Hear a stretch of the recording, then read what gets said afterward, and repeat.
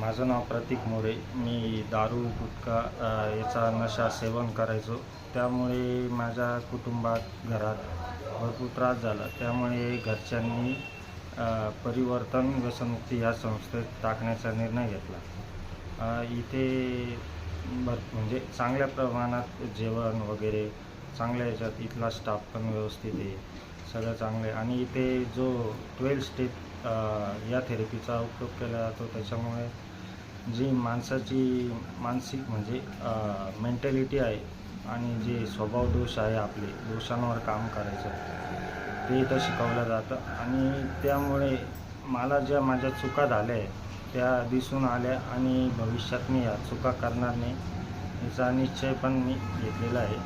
आणि त्यामुळे मला आता मी भविष्यात चांगल्या वाटचालीसाठी या 12 स्टेपचा अंमलात आणणार आहे.